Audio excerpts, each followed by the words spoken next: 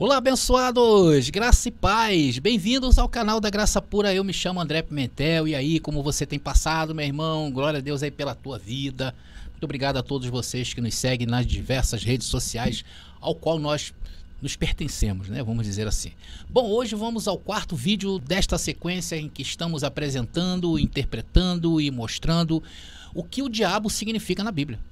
Nesta interpretação, nós não levamos em consideração a bibliografia cristã acerca deste tema, porque nós entendemos que toda essa doutrina é um anacronismo. E também não levamos em consideração as experiências pessoais de ninguém. Tem pessoas que eu sei que já viu o diabo e outros afirmam que já foram possuídos, já viram pessoas levitarem, quebrarem as coisas. Nós também ignoramos isto, porque nós entendemos que isto é fruto da doutrinação cristã. E de repente você pergunta assim, quais então as considerações que vocês levam em conta? A bíblica e somente ela. Nós fazemos o quê? Consultamos as passagens que foram escritas as palavras do diabo e aí, a partir deste ponto, examinamos o texto imediato. Analisamos a palavra na língua original que foi escrita e principalmente o contexto. Porque cremos que o contexto em muitos textos bíblicos elimina qualquer possibilidade de erro. Também acrescentamos o contexto histórico, ou seja, analisamos o tempo em que foi escrito, para quem foi escrito e o que acontecia na história naqueles dias. E também tentamos entender a cultura em que esse texto foi escrito. Daí chegamos às nossas conclusões. E foi justamente isto que eu fiz neste livro aqui, As 33 Maneiras de Matar o Diabo. Eu peguei as 33 vezes que aparece a palavra diabo na Bíblia, fiz esse tratamento e publiquei para vocês. Então, abençoado, realmente esse livro é um livro diferente aí de tudo que você já leu. Porque geralmente os livros que dominam essa área, geralmente são as áreas cristãs, lá realmente eles dão asas ao imaginário de cada um. E neste livro você vai encontrar a dura realidade da verdade. Então, se você deseja experimentar uma leitura diferente daquilo que você tem lido, da tradicional, eu recomendo você adquirir e degustar essa obra literária que vai te dar uma outra visão sobre esse tema, tá bom? Como você vai fazer para adquirir? Olha, eu vou deixar fixado no primeiro comentário desse vídeo, vai estar lá um link para que você possa ver um pouquinho mais e adquirir esse livro conosco, tá bom, abençoado? Bom, antes da gente prosseguir para o tema, eu gostaria de pedir a todos vocês que ainda não fizeram, não se inscreveram no nosso canal. Esse canal aqui tem te dado argumentos aí para que você venha pensar, estudar. Então esse é o nosso objetivo. Se inscreve no nosso canal, deixa o seu like, comentem à vontade, compartilhe as nossas mensagens nas diversas redes sociais em que vocês estão inseridos e, claro, não deixe aí de tocar o sininho, porque o YouTube vai te avisar quando estivermos com mensagens gloriosas iguais a estas. Estamos então assim entendido? Podemos então ir à cereja do bolo? Então vamos nessa. Vem pra graça que eu te explico. Agora é a hora da palavra.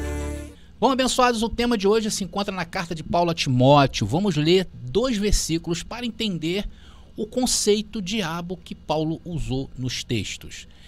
Disse o texto ali primeiro, o versículo 18. Os quais se desviaram da verdade, dizendo que a ressurreição era já feita, e perverteram a fé de alguns. Então, também da verdade, isso já é uma pista, né, abençoado? Vamos aí ao versículo principal, que é 2 Timóteo 2,26. E tornaram a despertar, desprendendo-se dos laços do diabo, em cuja vontade estão presos. No verso 18, queridos, Paulo indica que alguns se desviaram da verdade, dizendo que a ressurreição dos mortos já havia ocorrido naqueles dias.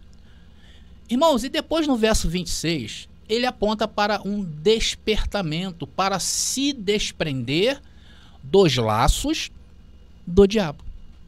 Como eu sempre mostro a vocês, ao olharmos para esse texto de forma simples e direta, como estamos fazendo agora, nós podemos afirmar que o diabo é um ser que tem laços, que amarra as pessoas e que é preciso despertar para se desprender-se deste laço. Então, simplesmente daqui eu posso aplicar 1 milhão de coisas que eu quiser para dizer o que são os laços do diabo. Eu posso dizer que é o jovem que namorou demais antes do casamento. Eu posso dizer que são aqueles que não dão o dízimo. Posso dizer que são aqueles que faltam ao culto de doutrina. Enfim, irmãos, eu posso fazer o que eu bem entender. Porque o texto vai aceitar de boa. E é assim que o cristianismo tradicional tem se comportado ao longo de 2000 anos com a Bíblia. E olha, por incrível que pareça, isso tem dado certo. Essa fórmula tem dado certo e ninguém quer mudar isso. Porque isso combina com a nossa visão de mundo, com os misticismos que envolvem a nossa vida. Combina com aquilo que eu vejo nas minhas visões. Quantas vezes dentro das igrejas aí se levantam pessoas que veem laços, que veem caixão aberto, já vi até casos de caixão aberto, coitado. A dona era casada com o caminhoneiro ficava às vezes 2 meses fora, e aí a irmã foi na oração lá e ela viu um caixão aberto dentro da casa dela. Imagina os 2 meses que ela ficou afastada do marido, né? Deve ter sido o céu. É isso que acontece. Só que isto, irmão, sinceramente, é um tratamento leviano à Bíblia. É isto que eu vou mostrar a vocês, mostrar o tratamento respeitoso que nós damos à palavra de Deus. Vamos começar trabalhando, irmãos, com o original. Vamos mostrar o original da palavra diabo, que eu acredito que não é novidade para ninguém.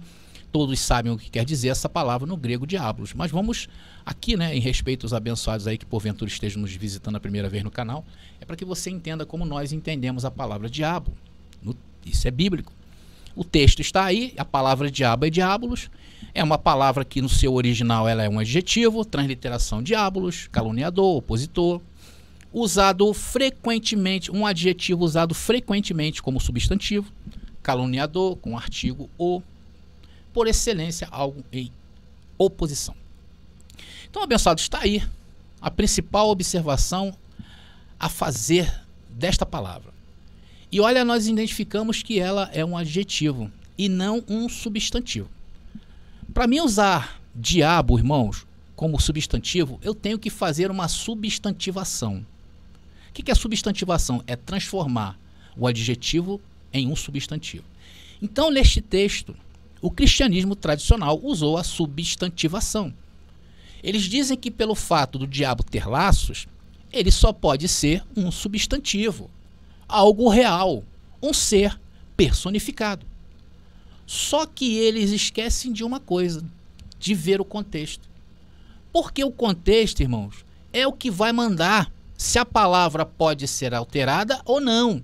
Porque a princípio a palavra é um adjetivo.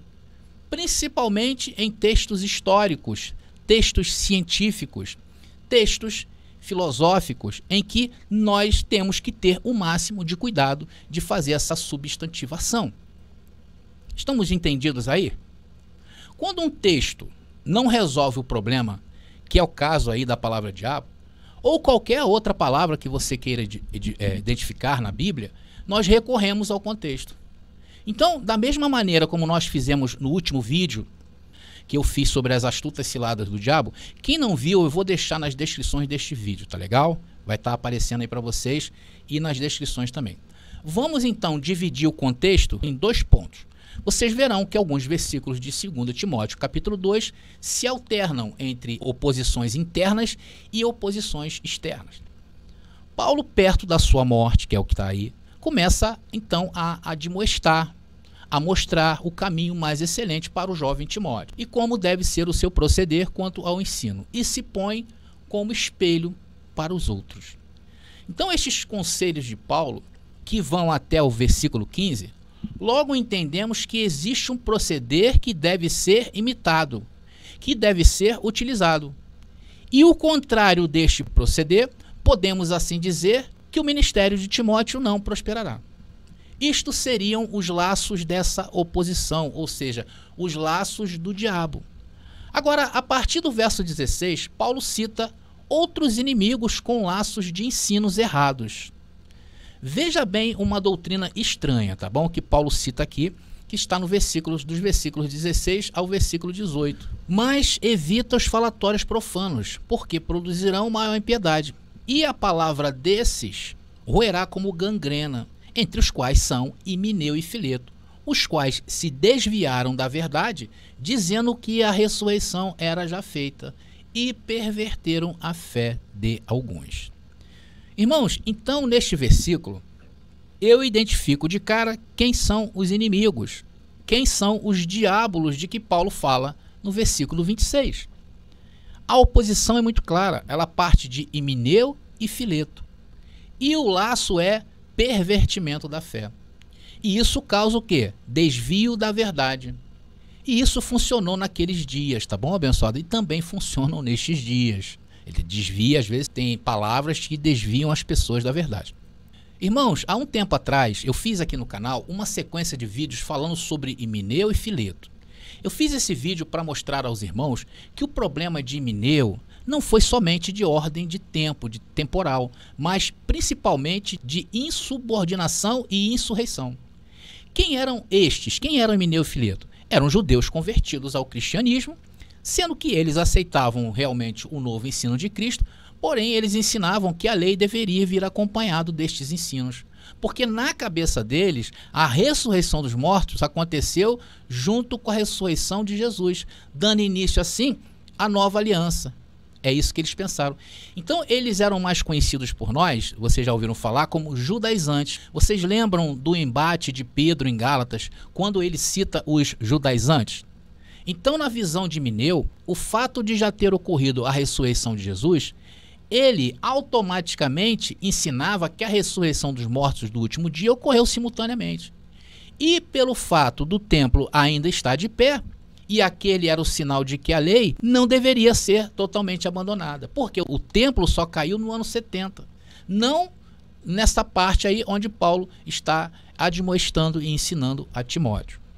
Então a ideia essa foi refutada logo por Paulo e considerada como gangrena, uma heresia. E o que estava em jogo aqui era como seria o posicionamento da nova aliança. Se seria totalmente uma doutrina independente da lei ou se era assim, obrigado ainda a guardar a lei de Moisés. E o que houve, irmãos? O que houve foi que Paulo perdeu o embate. Isso até esse momento. Porque o que se viu nos primeiros séculos após a queda do Templo de Jerusalém foi o quê? A maior mistura entre graça e lei de Moisés. E isso você encontra perpetuado dentro do cristianismo tradicional. Padres parecidos com sacerdotes da lei de Moisés. Se você notar os paramentos da missa, todos eles fazem uma alusão e uma imitação do judaísmo. Nas igrejas protestantes você vê o quê? Quipá, bandeira de Israel, chofar, candelabro, estrela de Davi, ou seja, uma verdadeira adoração a Israel, que defende até hoje a lei mosaica. Só que lá em Israel eles não exercem a lei de Moisés, porque algumas coisas eles não conseguem mais retornar.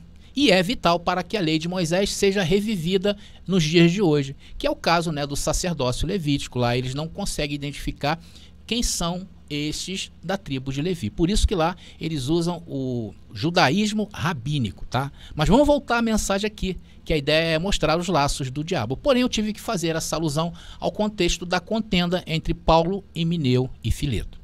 Quem quiser assistir esses vídeos, eu tenho uma playlist que eu vou deixar aqui nas descrições deste vídeo também, tá legal? Vai lá e veja que é super interessante essa mensagem de Himeneu e Fileto.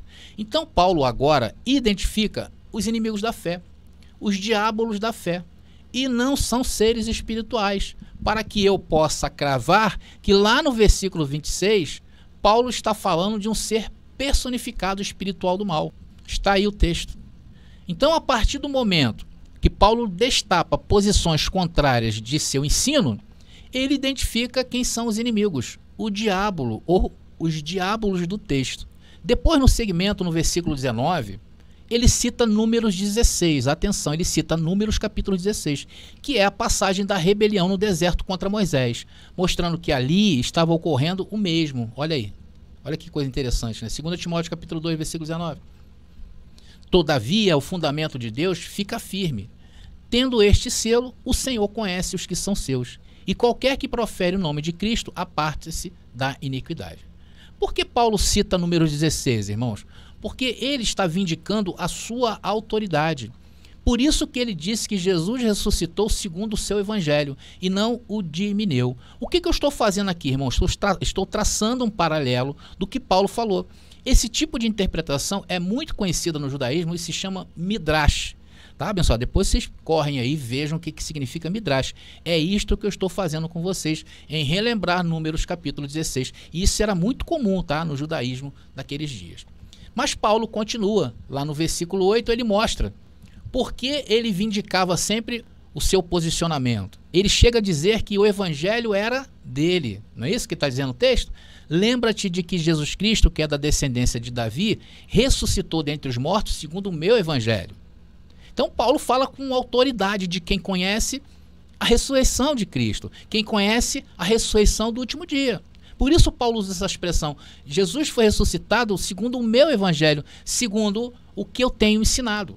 Esse é o ensino correto. E olha, Timóteo, cuida-te de ti, porque são dias difíceis os que virão. Haverá um acontecimento maior de todos. E aí eu falo da destruição que houve em Jerusalém no ano 70 depois de Cristo, com a morte ali de mais de 1 milhão de judeus durante 3 anos e meio de guerra, onde se destruíram a cidade e o templo de Jerusalém veio totalmente abaixo. Ali nós entendemos que houve a ressurreição dos mortos do último dia, o juízo final, as bodas do Cordeiro e, claro, a segunda vinda de Jesus. Por isso Paulo fala de ressurreição. Veja bem, no versículo 11. Palavra fiel é esta, que se morrermos com ele, também com ele viveremos. Aqui Paulo está dizendo que a ressurreição é espiritual e não física. Isso mostra que Himeneu e Fileto se confundiram com isto, achando que a ressurreição de Jesus era o sinal da plenitude dos tempos, e que os mortos do último dia ressuscitou com Cristo. E isso só ocorreu, irmãos, a ressurreição dos mortos do último dia, no ano 70. E essa confusão estava trazendo um laço muito grande naqueles dias, porque o que estava em jogo, como eu falei, era se a nova aliança teria que ser guardada com a lei de Moisés ou não.